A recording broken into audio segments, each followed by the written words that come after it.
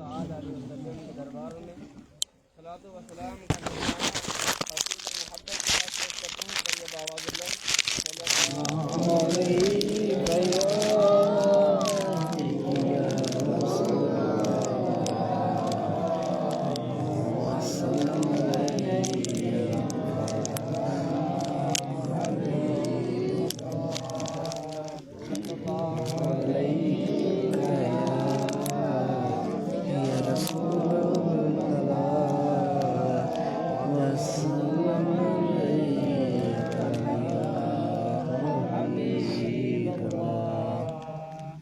والسلام علیک یا رسول اللہ صلاۃ وسلام علیک یا حبیب اللہ وعلی آلک واصحابک یا سیدی یا رسول اللہ صلی اللہ تعالی علیہ وسلم۔ اللہ تبارک و تعالی کا لاکھ لاکھ شکر و احسان ہے کہ اللہ تبارک و تعالی نے ہم سب کو نبی کریم صلی اللہ تعالی علیہ وسلم کی امت میں پیدا فرمایا اور اللہ تبارک و تعالی نے ہم سب کو مسلمان پیدا کیا۔ اللہ تبارک و تعالی نے ہمیں جو ہے اپنی بے شمار نعمتوں سے نوازا۔ یہ بھی اللہ تبارک و تعالیٰ کی ایک نعمت ہے کہ اللہ تبارک و تعالیٰ نے ہم سب کو یہ عید الاضحیٰ کا دن عطا کیا۔ اللہ تبارک و تعالیٰ اس چیز کے صدقے سے ہم سب پر اور تمام مسلمانوں پر اپنا کرم اور فضل عطا فرمائے۔ حضرات محترم، اللہ تبارک و تعالیٰ قرآن مجید کے اندر ارشاد فرماتا ہے فَصَلِّ لِرَبِّكَ وَانْحَرْ۔ اللہ تبارک و تعالی نبی کریم صلی اللہ تعالی علیہ وسلم سے مخاطب ہو کر فرماتا ہے فَصَلِّ لِرَبِّكَ وَانْحَرْ، کہ اے میرے محبوب تم اپنے رب کے لیے نماز پڑھو اور قربانی کرو۔ وَانْحَرْ، رب نے یہ الفاظ کہہ کر اپنے نبی سے فرمایا کہ اے میرے محبوب میرے لیے ہی نماز پڑھو اور میرے ہی لیے قربانی کرو۔ اب یہاں اللہ تبارک و تعالی نے قرآن مجید کے اندر صراحتاً یہ ذکر فرما دیا کہ تم میرے لیے قربانی کرو، لیکن قربانی کس پر واجب ہے، قربانی کس کو کرنی ہے اور کس طریقے سے کرنی ہے اور کس چیز پر عمل کرتے ہوئے قربانی کرنی ہے، تو اس کے لیے نبی کریم صلی اللہ تعالی علیہ وسلم کے حدیث کریمہ سے ہمیں یہ معلوم ہوتا ہے کہ اللہ تبارک و تعالی نے تو صرف قربانی کرنے کا جو ہے وہ ارشاد فرما دیا کہ قربانی کرو، لیکن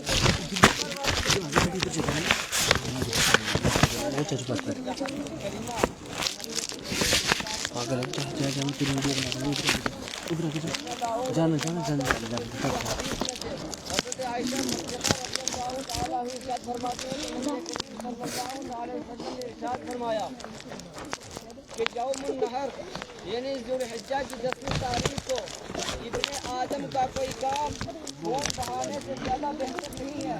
اس لیے کہ جو انسان 10ویں ذوالحجہ کو اللہ تبارک و تعالیٰ کی بارگاہ میں قربانی کرتا ہے تو قربانی کا خون جو جانور ہے اس کا خون زمین پر گرنے سے پہلے اللہ تبارک و تعالیٰ اس کی قربانی کو اپنی بارگاہ میں قبول فرما دیتا ہے۔ اور نبی کریم صلی اللہ تعالی علیہ وسلم ارشاد فرماتے ہیں کہ جو جانور جس جانور کی قربانی کی جاتی ہے کل قیامت والے دن وہ جانور جو ہے اپنے سینگ اور اپنے باڑ اور اپنے کھروں کے ساتھ اللہ تبارک و تعالیٰ کی بارگاہ میں حاضر ہو کر اس بندے کی شفاعت کروائے گا۔ اور اس کے بعد طبرانی کی حدیث کریمہ جو روایت کرتے ہیں حسن بن علی رضی اللہ تعالی عنہما، وہ فرماتے ہیں کہ نبی کریم صلی اللہ تعالی علیہ وسلم نے ارشاد فرمایا کہ جو انسان قربانی کرے تو وہ خوش دلی کے ساتھ قربانی کرے، اس لیے کہ یہ قربانی اللہ تبارک و تعالیٰ کی بارگاہ میں پہنچتی ہے اور اللہ تبارک و تعالیٰ ارشاد فرماتا ہے قرآن مجید کے اندر لن ینال اللہ لحومها ولا دماؤها ولکن ینالہ التقوی۔ اللہ تبارک و تعالیٰ فرماتا ہے کہ اے لوگو میری بارگاہ میں نہ ہی تمہارے جانور کا خون پہنچتا ہے نہ ہی اس کا گوشت پہنچتا ہے، بلکہ اللہ تبارک و تعالیٰ فرماتا ہے لن ینال اللہ لحومها ولا دماؤها، بلکہ فرماتا ہے وَلَكِنْ يَنَالُهُ التَّقْوَى، بلکہ اللہ تبارک و تعالیٰ کی بارگاہ میں اگر کوئی چیز پہنچتی ہے تو وہ تمہارا تقویٰ پہنچتا ہے، وہ تمہاری نیت پہنچتی ہے کہ تمہاری نیت کس طرح کی ہے۔ اگر انسان ایک نہیں بلکہ 1000 جانوروں کی قربانی بھی دے دے، اگر اس کی نیت یہ ہے کہ وہ شہرت کمانے کے لیے اور اپنی عزت بڑھانے کے لیے اگر قربانی دے رہا ہے تو اس کے قربانی کرنے کا کچھ فائدہ فائدہ نہیں ہے، اس لیے کہ اللہ تبارک و تعالیٰ نے جہاں یہ فرمایا کہ قربانی کرو اور نبی کریم صلی اللہ علیہ وسلم کی سنت اور حضرت ابراہیم علیہ نبی علیہ السلام کی سنت کو ادا کرو، تو میرا رب فرماتا ہے کہ اگر قربانی کرو گے تو اس کے لیے شرط یہ ہے کہ وَلَٰكِنْ يَنَالُهُ التَّقْوَىٰ، کہ تم لوگوں کا جو نیت ہے وہ اللہ تبارک و تعالیٰ کی رضا کے لیے ہونی چاہیے. جو تم قربانی کر رہے ہو وہ صرف اور صرف اللہ تبارک و تعالیٰ کو راضی کرنے کے لیے ہونی چاہیے. اس لیے کہ قربانی کی تعریف ہی یہی ہے کہ خاص جانور کو خاص دن کے اندر اللہ تبارک و تعالیٰ کی رضا کے لیے ذبح کرنا یہ قربانی ہے. اور اگر کسی کی نیت قربانی کی نہ ہو، اگر صرف شہرت کمانے کی ہو یا نام کمانے کی ہو، کہ میری فیملی کے اندر کسی نے قربانی نہیں دی تو میں قربانی کروں گا تو میرا نام ہو جائے گا، تو یاد رکھو اس قربانی کا کچھ فائدہ نہیں ہے اور نہ ہی اس پر کچھ اجر و ثواب ملنے والا ہے. بلکہ احادیث کریمہ کے اندر حضرت زید بن ارقم رضی اللہ تعالیٰ عنہ ارشاد فرماتے ہیں کہ صحابہ نے نبی کریم صلی اللہ تعالی علیہ وسلم سے ارشاد ذکر کیا کہ یا رسول اللہ صلی اللہ علیہ وسلم یہ قربانی کیا ہے؟ تو نبی کریم صلی اللہ علیہ وسلم ارشاد فرماتے ہیں کہ یہ تمہارے باپ ابراہیم علیہ نبی علیہ السلام کی سنت ہے. فرماتے ہیں یا رسول اللہ اس قربانی کرنے سے ہمارا کیا فائدہ ہے؟ تو نبی کریم صلی اللہ علیہ وسلم ارشاد فرماتے ہیں کہ جو انسان صاحب اطاعت ہو، یعنی کہ اس پر استقامت رکھتا ہو کہ وہ قربانی کر سکتا ہے، مالک نصاب ہو اور اس کے بعد وہ قربانی کرے، تو اللہ تبارک و تعالیٰ اس جانور کے اوپر جتنے بال ہوتے ہیں اس کے صدقے اس کو نیکیاں عطا فرماتا ہے اور اللہ تبارک و تعالیٰ ان بالوں کے صدقے سے اس کے گناہوں کو معاف فرما دیتا ہے. یہ قربانی کی فضیلت ہے جو اس دن کے اندر اللہ تبارک و تعالیٰ نے رکھی ہے، اور اپنے نیک لوگوں کی سنت کو، اپنے نیک لوگوں کی یادگار کو تازہ کرنے کے لیے اللہ تبارک و تعالیٰ نے اس قربانی کو رکھا ہے. اس لیے کہ اللہ تبارک و تعالیٰ نے قرآن مجید کے اندر ارشاد فرمایا فَلَمَّا بَلَغَ مَعَهُ السَّعْيَ قَالَ يَا بُنَيَّ إِنِّي أَرَىٰ فِي الْمَنَامِ أَنِّي أَذْبَحُكَ فَانظُرْ مَاذَا تَرَىٰ قال یا ابت افعل ما تؤمر ستجدنی ان شاء اللہ من الصابرین. صراحتاً یہ کہ جب وہ چلنے پھرنے کے قابل ہو گیا تو اللہ تبارک و تعالیٰ نے ان سے یہ کہا کہ اے ابراہیم میں آپ سے تمہارے بیٹے کی قربانی طلب کرنا چاہتا ہوں. جب حضرت ابراہیم علیہ نبی علیہ السلام نے اپنے بیٹے سے یہ ارشاد فرمایا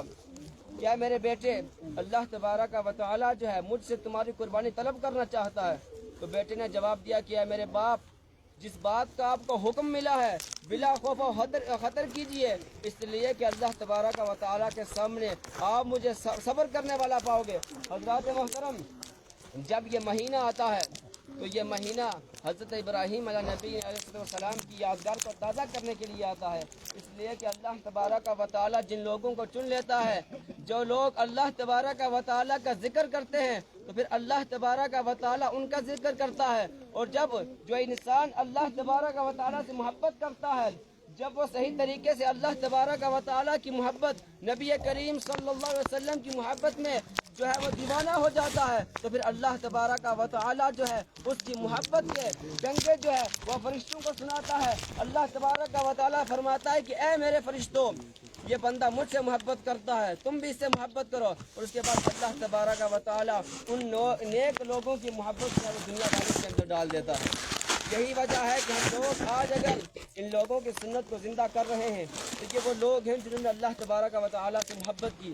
جو ہے اللہ تبارک و تعالیٰ کی بارگاہ میں بلند مراتب پر پہنچے. اللہ تبارک و تعالیٰ نے انسان کو دنیا کے اندر دو چیزیں جو ہے وہ سب سے زیادہ عزیز ہوتی ہیں، ایک اپنی جان اور دوسری اولاد. لیکن حضرت ابراہیم علیہ نبی علیہ السلام نے جو دونوں چیزیں اللہ تبارک و تعالیٰ کی بارگاہ میں جو ہے وہ قربان کر دی. جان کا معاملہ تب آیا کہ جب حضرت ابراہیم دنیا میں اتارے گئے، جب دنیا میں تشریف لائے تو اللہ تبارک و تعالیٰ کے دین کو، دین ابراہیمی کو جب پھیلانے لگے، دین کی تبلیغ کرنے لگے، تو کفار و مشرکین نے